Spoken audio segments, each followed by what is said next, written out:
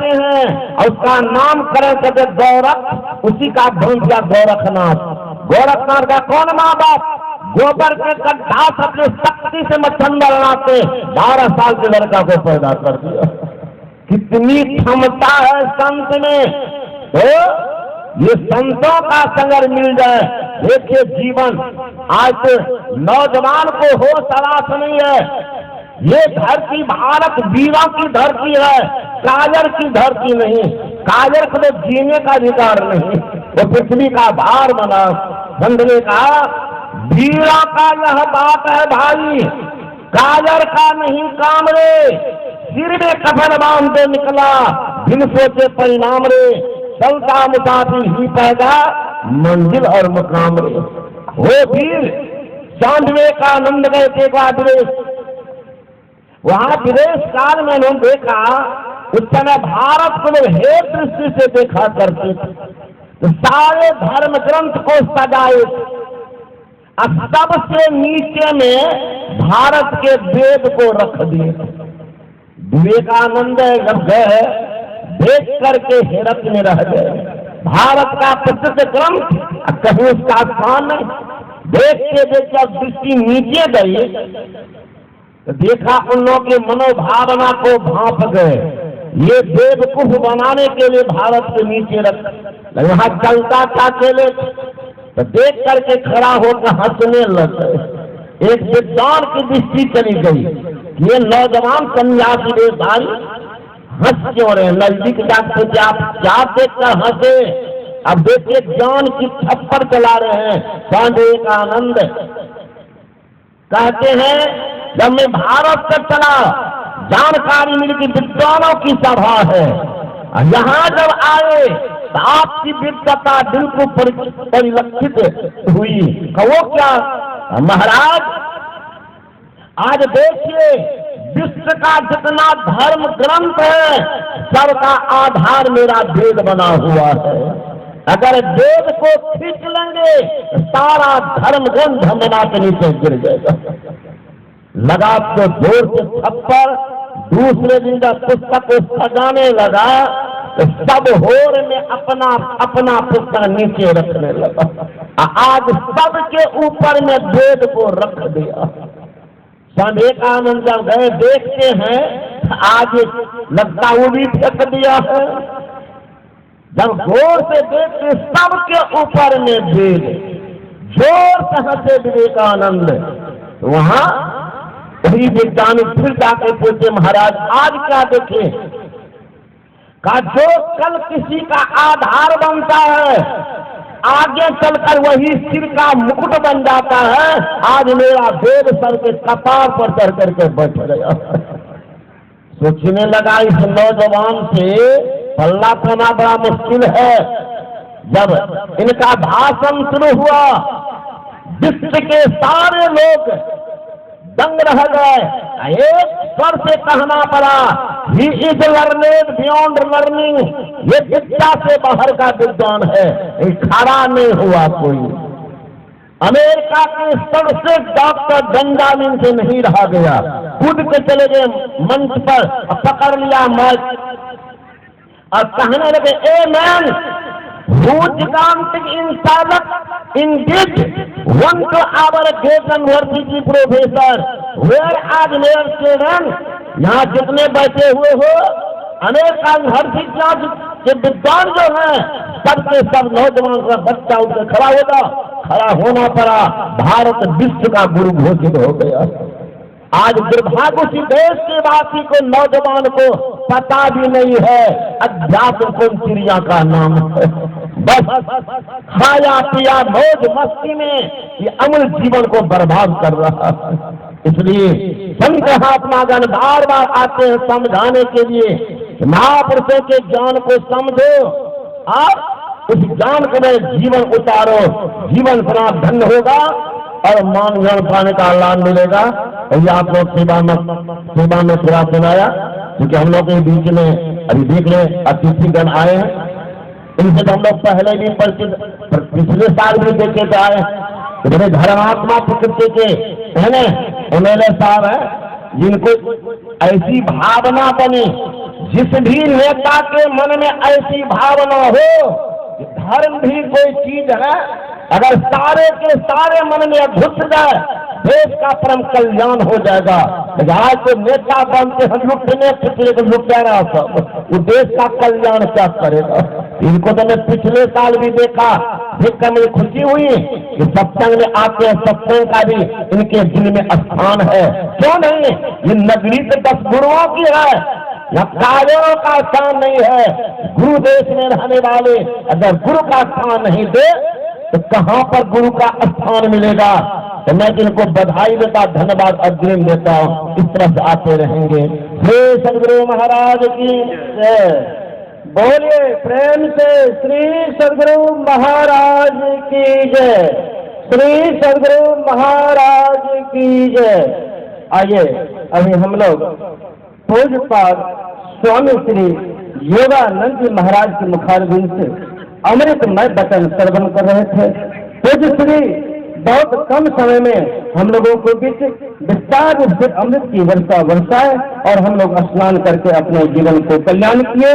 हमारे बीच मंच पे विराजमान हमारे श्रीमान रंजीत सिंह ढिल्लो साहब अकालीगंज से एमएलए हल्का पूर्वी क्षेत्र से, जिन्होंने कीमती समय निकाल करके यहाँ पर पधार चुके हैं, दर्शन दे चुके हैं। इनका मैं पंजाब प्रांतीय संत मत सत्संग समिति की ओर से हार्दिक स्वागत करते हैं, अभिनंदन करते हैं।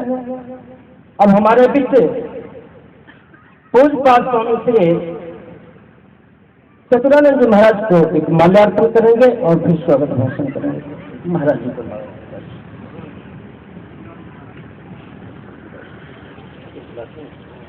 श्री सदगुरु महाराज की जय।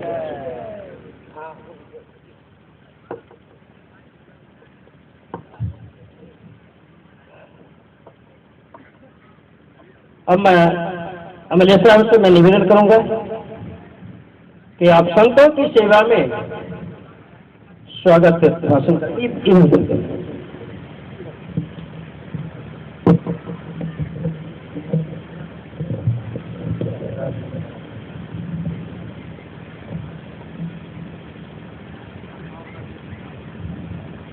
परम सम्मानयोग संत चतुरानंद जी महाराज अभी ठीक है अपने मुखारबिंद से हम सभी प्राणियों को प्रवचन श्रवण करवा रहे थे संत योगानंद जी। आज सोचे संतगण आज की सभा में हाजिर सभी श्रोतागण, मेरे साथ आए हुए काउंसलर सुखदेव सिंह जी गिल, राजेश्वर चौधरी जी,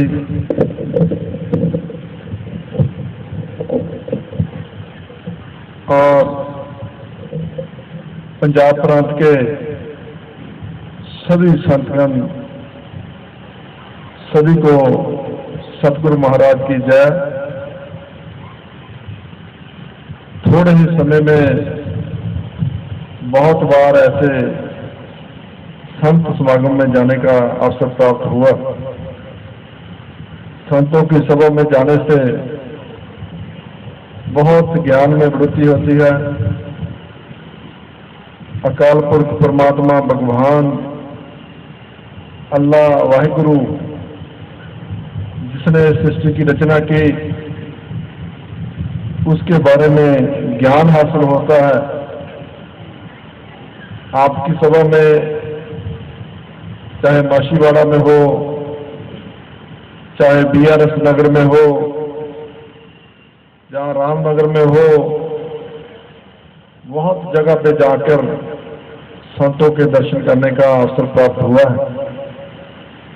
संत की महिमा वेद न जाने, संत की जो परिभाषा है, जो संत का डेफिनेशन है, वो बहुत उत्तम है। ये बकरी बात है कि बहुत बार ऐसे लोग भी संत बन जाते हैं जिनको ज्ञान नहीं होता, जिनको पता कुछ नहीं होता, वो घातक साबित होते हैं। संत का लिबास पहन लेना कोई संत नहीं बन जाता। संत बनने में बहुत बड़ी तपस्या होती है, बहुत अपने जीवन का हिस्सा तपस्या में और ज्ञान हासिल करने में लगाने के बाद अगर संत कहलाया जाए, संत कहलाया नहीं जा सकता। अगर मैं अपने साथ संत लगा लूंगा उसको कोई महत्व नहीं, कोई मायना नहीं रह जाता।